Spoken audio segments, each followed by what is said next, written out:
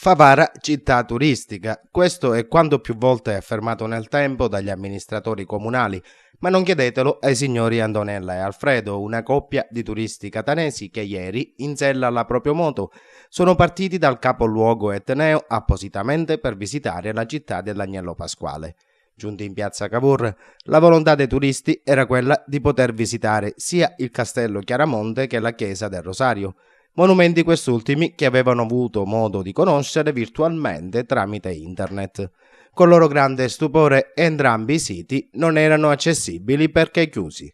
Vista l'ora, la coppia ha allora pensato di fermarsi a mangiare un boccone e a ritentare la sorte nel pomeriggio, nell'auspicio che la chiesa e il palazzo medievale fossero aperti.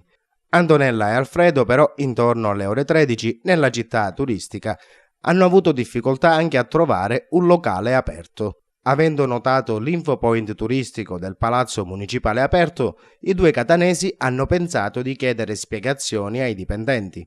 Ottenute le risposte desiderate, la signora si è sentita in dovere di lasciare sul registro delle presenze una dedica al sindaco di Favara.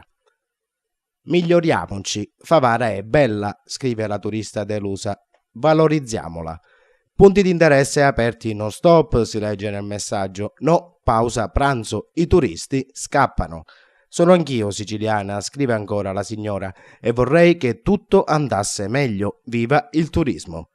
Grazie alle indicazioni fornite dai dipendenti comunali, la coppia ha comunque raggiunto un noto bar di via 4 novembre, dove ha potuto rinfrescarsi mangiando un gelato artigianale.